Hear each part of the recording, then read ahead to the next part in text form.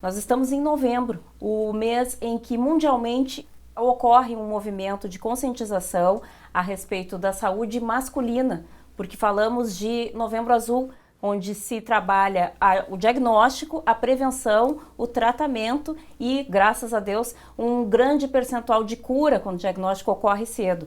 Mas tem um dado relevante e muito assustador, que é o de 40 óbitos por dia em decorrência do câncer de próstata. Para sanar algumas dúvidas acerca dessa doença, a gente recebe aqui no estúdio da TV Cachoeira o médico Genaro Trojan, ele que é urologista e cirurgião geral, para nos trazer alguns detalhes sobre como diagnosticar, desmistificar um pouco a questão dos exames, que é sempre um problema em função dos pensamentos masculinos acerca de como se colocar para fazer, principalmente o exame de toque. Mas vamos desmistificar isso, né, doutor? A saúde tem que vir em primeiro lugar, seja bem-vindo. Muito obrigado. Então, câncer de próstata, realmente é assustador esse número, né? 40 óbitos é um número muito elevado. Sim, é um número muito elevado, até porque o câncer de próstata, ele é a segunda doença mais diagnosticada no homem, então ela tem uma incidência altíssima, certo? É a segunda neoplasia sólida mais diagnosticada. No Brasil, nesse ano, tem uma previsão, segundo o INCA, o Instituto Nacional do Câncer, de cerca de 68 mil casos. Imagina. Mas tem uma notícia boa aqui vinculada aí. Quem correr cedo tem chance de cura. Com bem certeza. alta. Isso é muito importante, porque o diagnóstico precoce, quando diagnosticado precocemente, o paciente chega a ter 90% de chance de cura. Isso é o que pode motivar, de repente, as pessoas a entenderem que não custa ir até o urologista, conversar com ele, se livrar dos preconceitos e entender a necessidade do exame. Doutor, muito se ouve falar que tudo bem se eu fizer só o exame de sangue, eu não preciso fazer o exame de toque, é verdade isso? Na verdade, é inadequada essa conduta. Muitas vezes acontece de alguns pacientes, até pela facilidade, pela essa questão psicológica, por evitar, pelo tabu, digamos assim, do exame de toque, se agarrarem nessa máxima que não é real, né? Sim. A gente sabe que o valor do PSA, o PSA é o antígeno específico da próstata, ele é uma proteína produzida pela próstata, certo? Que altera em inúmeras doenças, tá? Pode alterar na infecção urinária, na retenção urinária, na prostatite aguda. Então, até no toque ele pode ser alterado, certo? Então, ele não é só do câncer de próstata, ele aparece também no aumento de próstata. Além disso, cerca de 20% dos pacientes que têm PSA dentro do valor normal terão câncer de próstata diagnosticado através do exame de toque. Então, na verdade, é necessário o conjunto dessas duas ações para um diagnóstico adequado e correto, mais preciso? Correto.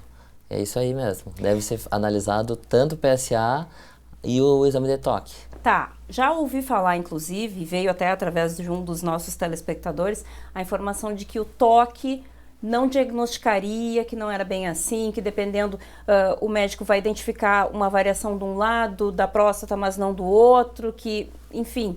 Como que esse exame ele é feito e de que forma ele consegue diagnosticar e por que ele é necessário? Sim. Esse toque revela que sintoma específico no corpo masculino? Sim. Então, até para saber, a próstata, ela é uma glândula que ela é atravessada pela uretra. Ela fica em comunicação com a bexiga, ela fica entre, digamos, a uretra e a bexiga, sendo que existe a uretra prostática, um segmento da uretra, do canal da urina, que atravessa a próstata. Certo. Ela tem uma consistência fibroelástica. O que quer dizer isso? Ela tem a consistência da ponta do nariz. Então, se a gente fizer um exercício, tocar na ponta do nariz, essa é a consistência da próstata. Certo. Assim que a gente aprende na faculdade, na faculdade, residência. E assim que a gente passa o conhecimento para os estudantes. Então, ao realizar o exame de toque, a gente tem que avaliar algumas questões, como nódulos, endurecimento e rebaixamento ou abaulamento da próstata. O que isso quer dizer? Se eu faço o exame num paciente, certo? Existem inúmeras posições que tu pode fazer o exame de toque. O paciente pode estar com a barriga virada para cima, o paciente pode estar de lado, pode ficar de pé. Então, isso é muito variável, certo? Então, realiza o exame de toque, o paciente tem um lado da próstata um pouco mais alto, isso pode ser indicativo de uma lesão de próstata. Certo. E a partir daí, então, que começam as outras investigações com mais exames e aí, se diagnosticado, qual é o tratamento, doutor? Quando tem uma alteração, ou seja, ou um toque alterado ou PSA alterado, já indica a realização de uma biópsia de próstata. Certo? Que muitas vezes a gente tem que ponderar ressonância multiparamétrica de próstata ou biópsia direto. O primeiro exame, quando há suspeita do câncer de próstata, é a biópsia. Certo. A biópsia, ela é o exame que dá, é o padrão ouro ainda, é o melhor exame para fazer o diagnóstico de câncer de próstata. Certo. Porque ela é feita através de uma ecografia, de um ultrassom transretal.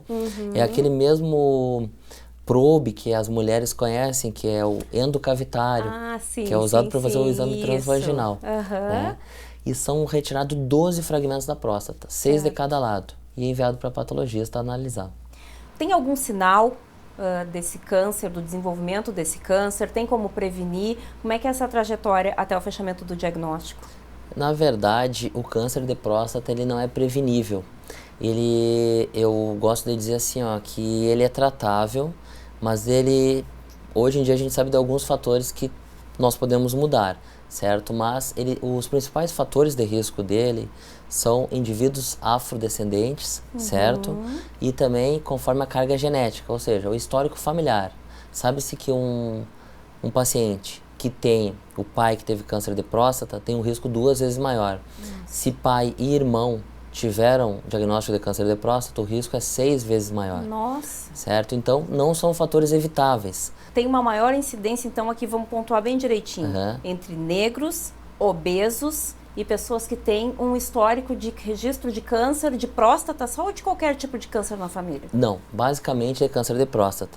Claro que tem algumas outras doenças, como câncer de rim, bexiga, que podem estar associadas a algumas síndromes genéticas. O câncer de próstata, não. Os estudos apontam a associação com familiares com câncer de próstata. O paciente, quando procura o urologista, relatando alguns sintomas, preocupado com câncer de próstata, ele geralmente tem um aumento benigno da próstata, a famosa HPB. Sim. O câncer de próstata ele não costuma dar sintomas, ele só dá sintomas em fases extremamente avançadas. Nossa. Então eu costumo dizer que na verdade os sintomas não são propriamente da doença, e sim das consequências dela, como uma invasão do reto, podendo aparecer sangue e dor ao evacuar, sangramento na urina por acometimento da bexiga urinária, certo?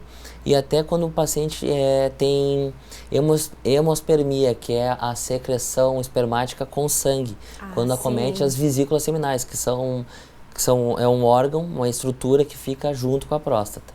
Então, a pessoa que eventualmente acredita que tem algum sintoma e procura o urologista, dificilmente ela está num processo de desenvolvimento do câncer de próstata. Ela tem alguma outra coisa, ou ela já está com câncer mesmo, é isso? É isso aí. Ou ela tem possivelmente um aumento benigno na próstata, ou ela pode estar até com um câncer avançado. Algumas vezes o paciente que é encaminhado por algum outro médico, com PSA extremamente elevado, 200, 400, 500, com muita dor em membros inferiores, tem esse diagnóstico de câncer de próstata, mas ele foi procurar inicialmente o médico, o clínico ou outro especialista devido a essa dor no corpo, que é pela metástase óssea do câncer de próstata. Qual é o problema que o pessoal chega no seu consultório dizendo que não quer fazer o exame? Qual é o maior bloqueio dos homens em entender que é necessário cuidar da saúde? Como é que a senhora avalia isso? Muitas vezes eu acho que é um tabu, porque a mulher costuma ir no ginecologista e encara aquilo como um procedimento padrão, tá inserido, né?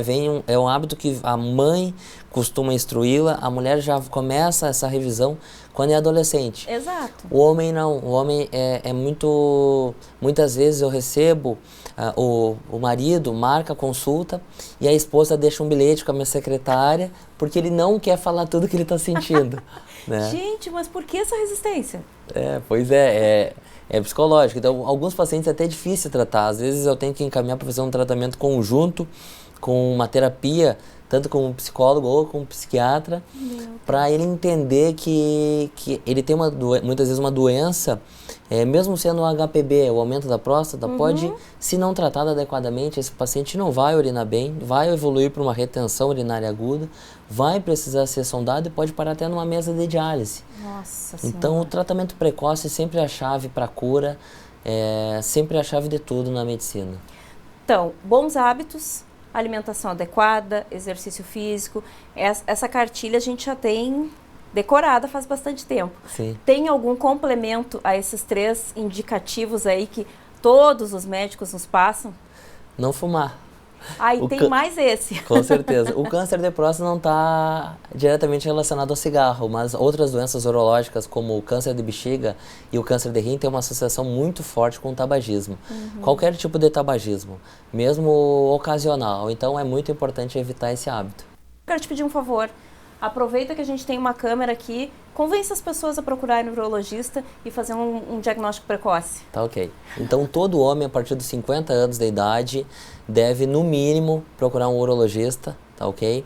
E pacientes com 45 anos de idade, obesos, com histórico familiar positivo e afrodescendentes, deve também procurar o urologista. Ainda, conforme foi perguntado pela uma mãe que estava levando o menino, a partir de que idade deveria procurar o urologista? Sim, importante. A minha resposta é, desde o primeiro ano de vida, o urologista ele avalia se tem alguma alteração anatômica no pênis, se tem alguma alteração nos testículos. Então, muitas vezes um testículo que não desceu pode aumentar a incidência de câncer de testículo, certo? O paciente que está na adolescência, é importante ele ter uma orientação, muitas vezes é difícil uma orientação em casa, há um certo tabu, é difícil o garoto conversar com o pai, com a mãe, então é mais fácil ir conversar muitas vezes com o profissional. Não preciso nem complementar aqui o que o doutor falou, né? Diagnóstico precoce, vamos nos livrar aí desses preconceitos, desses tabus, procurar um profissional e garantir ter uma vida longa, com qualidade, ainda com uma boa possibilidade de sobrevida quando ocorre, infelizmente, um diagnóstico nocivo, mas o primeiro caminho é ir até o urologista. Muito obrigada, doutor, pelos esclarecimentos, por ter trazido aí as informações e nos auxiliar ao pessoal de casa também, esclarecendo a importância dos tratamentos e dos diagnósticos precoces. Muito obrigado pela oportunidade. Retorno contigo aí, Helena Caetano.